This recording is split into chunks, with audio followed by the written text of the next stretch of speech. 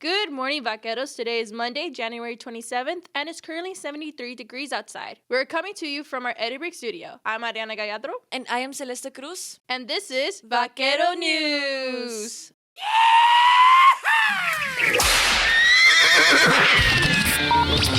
Campus news, Events, games, and activities. all in one place. This is Vaquero Radio, The Valley Student Station. Monday and Wednesday at 11 a.m. Vaquero Radio. where Where your story begins.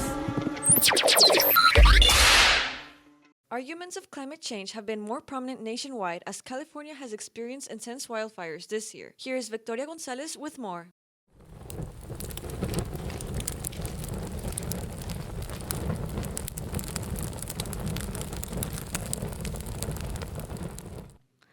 As wildfires in California erupted, concerns have been raised about how the United States has approached climate change and how that has affected the severity of the fires. The Palisades and the Eaton fires rank in the top 3 as the most destructive California wildfires, according to the California Department of Forestry and Fire Protection, covering more than 37,000 acres combined since January 7th. The newest threat, the Hughes Fire, began Wednesday, burning about 10,000 acres. However, neither of the 3 fires have been fully contained. The Office of Environmental Health Hazard Assessment reported an increase in temperature by 2.5 degrees Fahrenheit since 1987. Lecturer for the UTRGV School of Earth, Environmental, and Marine Sciences, Jean Paul, explained the climate has become unstable, so this caused the rapid vegetation growth. Los Angeles had temperatures up to 121 degrees in the past few years, 119 and 121. You got to remember, this is a marine climate. So yes, you had 10 years of drought. This past winter has been dry. They basically haven't had any rain since last May, a little rain in October. So all that growth which you had in 2023 and 2024 has now dried out. While the cause of the firestorms remain under investigation, the observable changes in weather, such as heat waves and the lack of precipitation, have led scientists to believe this created fire conditions to burn hotter and more intensely. Associate Professor for the UTRGV School of Earth, Environmental, and Marine Sciences, Christopher Gabler, said when temperatures are warmer, the region will evaporate moisture, causing things to become drier. And so when the things that are flammable are more dry, they become more easy to burn. And so all the things that you find in a forest, dead wood, dead grass, even some live trees and other live plants, if they're dry enough, they'll burn. And so just by virtue of having warmer temperatures, there's more fuel and the fuel is more combustible. And so when a fire does start, things burn hotter and faster, and it makes it harder to control. He added a big part of climate change is climate volatility and more energy in the atmosphere. So the same thing that creates more powerful hurricanes, for example, that hit us here on the Gulf Coast, is also contributing to greater, stronger wind patterns that are having those big winds pushing the fire faster and further and actually fueling it as well. In order for a fire to burn, you need fuel and you need oxygen. And so higher winds also makes those fires burn hotter and travel faster, makes them harder to contain. And that's another big factor for the risk itself and why more areas are burning. Vegetation management is used to remove unwanted plants to decrease the likelihood of a hazard, but Gabler said the method is costly. He added humans naturally do not want things to burn, so this has caused fire suppression, and places that would normally burn every decade have not burned for up to 70 years or less. And that's risky because that means fuels accumulate. More trees that would just burn normally, even if there isn't a fuel load, are there. And so the fact that we've suppressed fire for a long time makes our risk of a big fire now and that fire being hotter and more hard to control when it does come. Professor for the UTRGV School of Earth, Environmental, and Marine Sciences, Alejandra Fierro-Cabo, said warmer temperatures tend to have a higher capacity of the atmosphere to take in moisture, meaning plant vegetation dries faster and is drier than before. When there is warmer temperatures, things dry faster. I think that many people would agree that this will not improve, right? In the short term, at least. It may even get worse. Paul said California residents like to live near foothills and canyons, places where vegetation is, making large populations vulnerable to the fires. The solution would be not to build near the brush fires. It's a natural process, the burning of the underbrush, and then the larger trees regenerate. putting ash into the soil. As the climate has changed, animal range shift occurs, which is when a species moves to a new area or leaves one due to unfavorable environment conditions. Gabler explained this is an indirect effect of climate change and said insects that are pests on wood have spread and become more active in forests. Indirectly, by the insects being more active and new insects coming into the area, there's more dead tree material on the ground, which also contributes fuel that lets those fires burn hotter and faster. Gabler said the wildfires are in an ecological hotspot and have caused a major loss in biodiversity as forests are being destroyed. Species who were rare may now be endangered, or if they were not rare before, may be threatened. These species who were already stressed by human development and climate change are now facing another stressor caused by wildfires. He added biodiversity is the engine for an ecosystem to function, but with reduced biodiversity going forward, systems will be less resilient and not as functional. The things they do for humans and other aspects of nature are driven by all the different diverse things that, by virtue of doing their jobs in nature, they're fulfilling their ecological niche, drive these ecosystems to function. You don't get as much carbon sequestration, you don't get as much nutrient cycling, you don't get as much water purification or air purification as you would if you had higher diversity. Because humans are part of nature, Gabler said people have to work with nature and recognize its natural limits. We can only bend our ecosystems so much before they break or they snap back and we feel that repercussion. So, for example, we freed ourselves of fire by suppressing fire for many years. But one result of that, one consequence was that it meant that the fires that happen then come back more strongly and are less able to be controlled. Cabo said people often forget that climate change deals with human alterations of the global carbon cycle. He explained humans are changing the carbon in the atmosphere to the form of greenhouse gases, which are more prominent in the earth now than before the Industrial Revolution. And the reason for that is that we are taking out of the ground, deep in the ground, there is fossil fuels, which look like gas or look like oil. But when they are down in the ground, they are inert. They are not reacting. They are not in the atmosphere. They are not producing warming or nothing like that. They are deep down in the ground, no problem. They have been there for millions of years, no problem, not interfering with the climate, with nothing. He said the problem arises when humans pump out fuels and burn them, which converts the carbon into greenhouse gases, adding those gases to the atmosphere that was not originally there before, affecting photosynthesis, respiration, and the climate. Gabler said the release of greenhouse gas emissions has contributed to climate change patterns and is a direct result of human activity that has contributed to the extreme wildfires. Although the proposals of cutting down on emissions have been tossed around, the likelihood of seeing change in a short amount of time is unrealistic due to the fact that the climate limits have been pushed so much. He said it may take several years to see any change.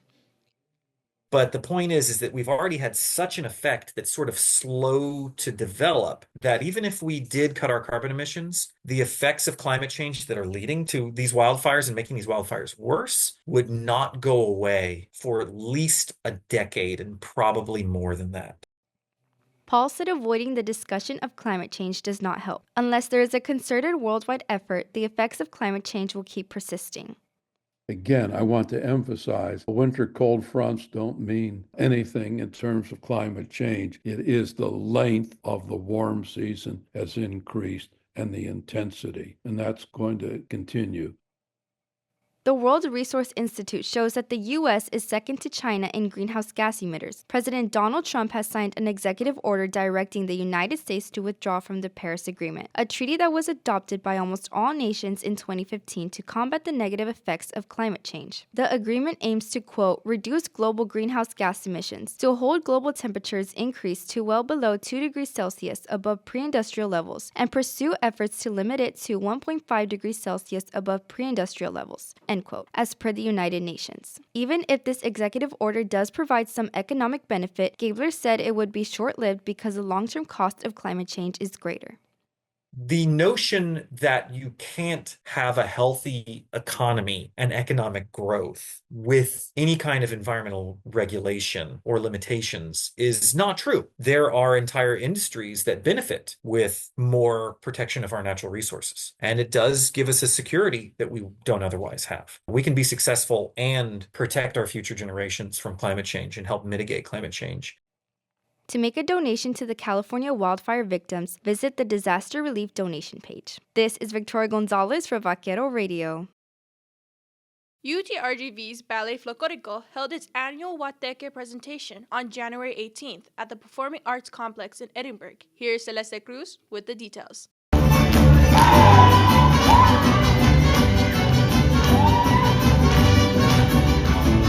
UTRGV's Ballet Folklorico held its vibrant edition of presenting its Guateque performance, sharing the stage with Brigham Young University International Folk Dance Ensemble. Ballet Folklorico is a group of 32 dancers that traveled to present its program at local, state, national, and international levels. BYU International Folk Ensemble is known for its authentic dances and music, touring in over 30 countries. The ballet danced to Mexican-style folklorico, while BYU presented folk dances from Poland, India, Slovakia, United States, Canada, and Indonesia. Assistant dance professor and director of Ballet Folklorico Miguel Peña said, lately the organization has been inviting groups who do not originate from the Rio Grande Valley. In the past, we invited local groups like high schools, like private studios. But lately we have been inviting people from out of the country and out of the state. And this year we invited the Brigham Young University to share the stage with us. He said with the Guateque program, he wants to make the community aware that dance shows artistry and emotional impact. With this show, Guateque, we always try to make connections between schools, between people, to make new friends. And to make the people from the valley aware that there are other dance groups in the area that are pretty good. Ballet Folklorico dancer Savannah Torres highlighted the long hours the organization underwent to prepare for the Guateque. We did have very long rehearsals, I think about 7-hour rehearsals for about 4 days in a row. So it was preparation for this show. Ballet Folklorico dancer Angel Martinez said the cultural performance breaks barriers between people, making it easier to connect with one another. It brings more like respect, mutual respect within each other. To the point where like barriers don't exist anymore. We can communicate, be one with each other, regardless of who we are and what we believe in. For more information and future performances, follow Ballet Folklorico UTRGV on Instagram. This is Celeste Cruz for Vaquero Radio. A proposal to change the Gulf of Mexico to the Gulf of America, is it possible? Does President Donald Trump have the ability to change it? Here is Jasmine Espinosa with the story. One of President Donald Trump's first executive orders aims to change the name of the Gulf of Mexico to the Gulf of America, causing immense controversy nationwide. UTRGV political science professor Mark Caswan mentioned differences in name throughout the world is normal, but changing the name of the Gulf is disrespectful to Mexico. Obviously, it's an insult to the people of Mexico. The geographic elements like mountains and rivers and gulfs have different names depending on where you are. So that's not unusual. For example, we call the Rio Grande is in Mexico called the Rio Bravo. So it's not that unusual for people use different names for the same things. UTRGV sophomore Amber Martinez said the change in name takes away Mexican history. I feel like for the Mexican, he's just taking something away from them, something that's a part of their history. Caswan said the change in name reflects on the history throughout time, and Trump does not have the power to rename the Gulf. My belief is that it actually has to be an act of Congress. Other landmarks can be renamed because a lot of the landmarks, honestly, already erase the history. A lot of the names of streams and mountains, rivers, and so on, lakes, were given names by European settlers. And we don't know, or they ignored or didn't know, what the indigenous names for those places were. And so the existing names that we have for a lot of things already are reflective of the colonial history. Attempts to recover pre-colonial history and rename things have already happened, such as Mount McKinley in Alaska being renamed to Denali, which is its indigenous name.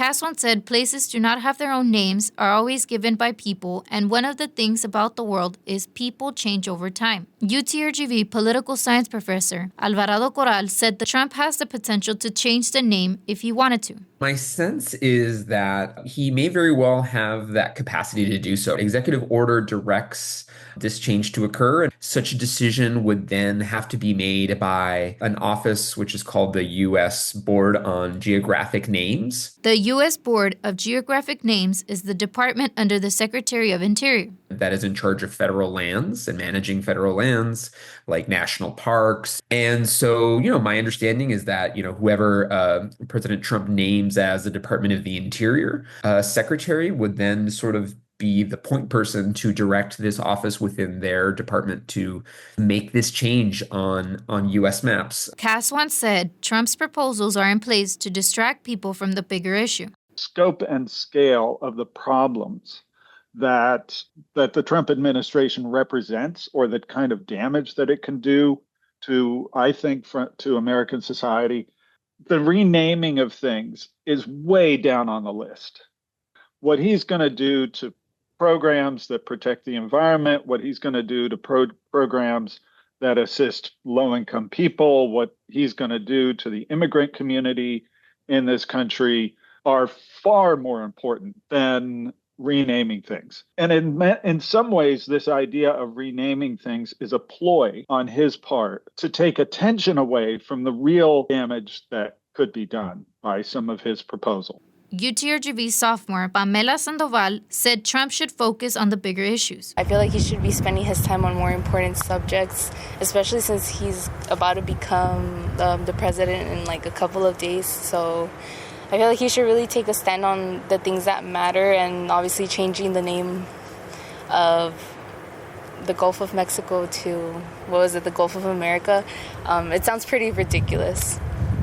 I believe that he thinks he does, but I mean, there was a lot of things that he promised before that he would, try to change or implement, but he was never really able to do that. And I mean, that's the whole purpose of us having, the different branches in our government. This is Jasmine Espinosa for Vaquero Radio. The Center of Student Development will honor Martin Luther King Jr.'s legacy by hosting a day of service today. Here's Celeste Cruz with the story.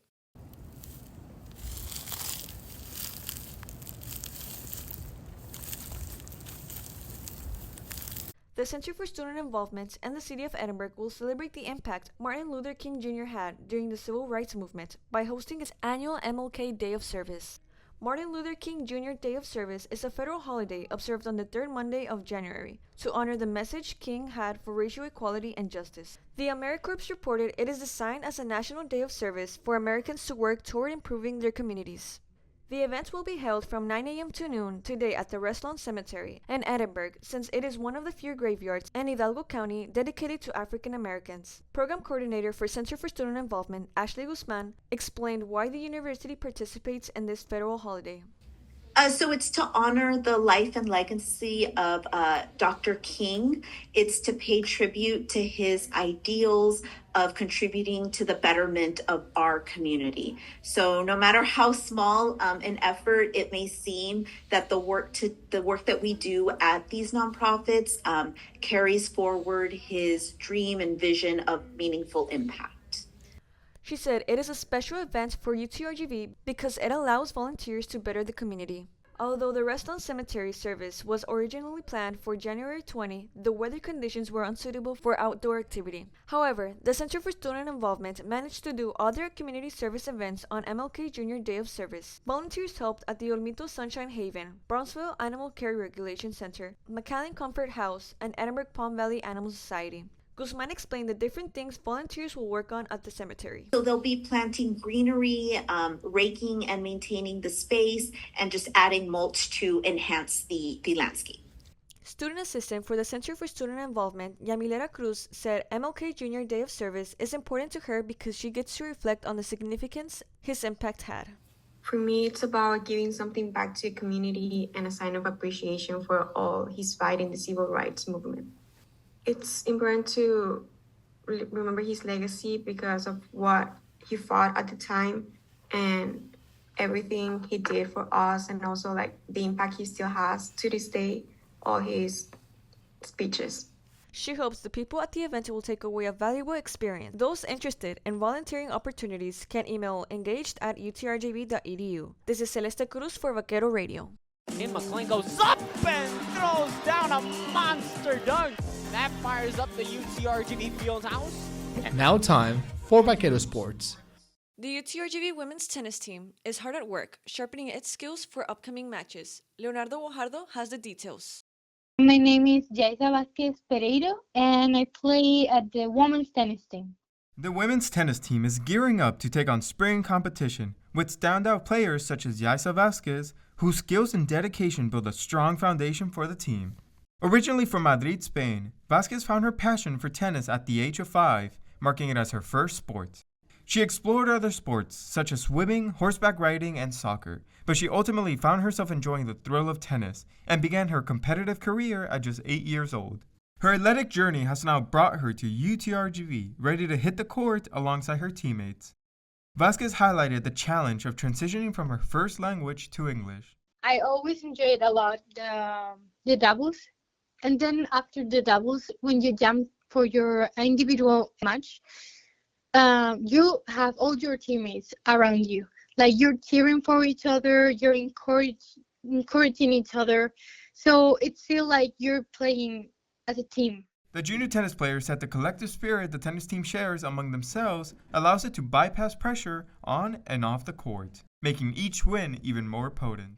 During the drills and the exercises, we are cheering for each other. Even in practice, we're like saying, yes, let's go, you're doing great, or we're doing our cheers that then we're going to do for the matches. As one of the few upperclassmen in the team, she said she understands the challenges that come with joining a new environment. Vázquez makes it her goal to welcome each member with open arms to create a friendly environment and guide them to success.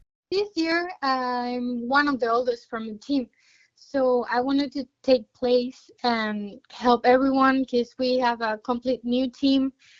And also, when you're transferring or you arrive as a freshman, you love to have someone like you can ask for help. So I was super happy to do that. The girls know like anything they need, like if they need a ride or they need even help with classes. I'm always helping with maths and those classes because I like the numbers and they know like they can ask me with no problem. The UTRGV women's tennis team will begin playing its first matches of 2025 against Texas A&M University Kingsville at noon Saturday in Edinburgh. This is Leonardo Guajardo for Vaquero Radio. Newton drops straight back towards a crossing route. McCaffrey, touchdown. That's big time.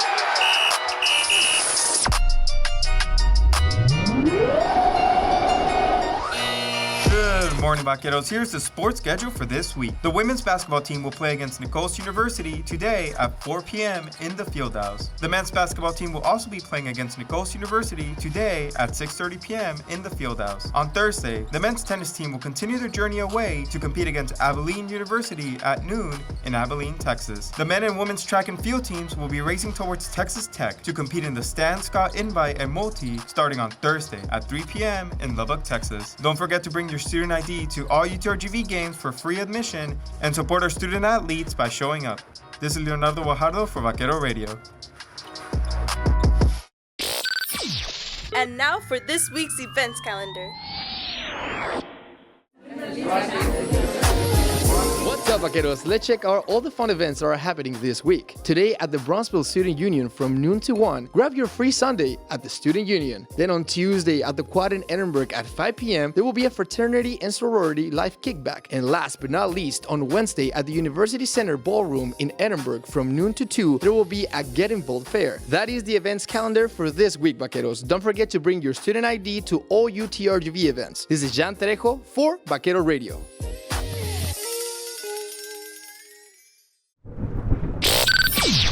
And now, for this week's campus weather report. Hello, Vaqueros. Here's the weather forecast for this week. Monday, we have a high of 73 degrees with a low of 63 degrees. Tuesday, the low will be 62 degrees with a high of 79 degrees, but winds will make it feel cooler than the actual temperature. Wednesday, we will have a high of 81 degrees and a low of 67 degrees. Thursday, there will be a 70% chance of rain with a high of 78 degrees and a low of 68 degrees. On Friday, there will be a 65% chance of rain and thunderstorms with a low of 50 degrees and a high of 74 degrees. Please dress accordingly to these weather conditions. Stay warm, Vaqueros. This is Victoria Gonzalez for Vaquero Radio. That is the newscast for this week. Remember to read our news articles every week on our website, utrgvradio.com. Tune into Vaquero Radio through our website or download the Radio Garden app to listen wherever you are and enjoy the best DJ shows around campus. Remember to check out our YouTube channel for the latest news from UTRGV and the Valley. Our weekly newscast will also be broadcasted at 11 a.m. every Wednesday. Join us next week, same time, same place. Only on Vaquero Radio, the Valley's student station. Thanks for tuning in, Vaqueros. Be sure to saddle up at 11 a.m. every Monday and Wednesday for another newscast. And as always, V's up!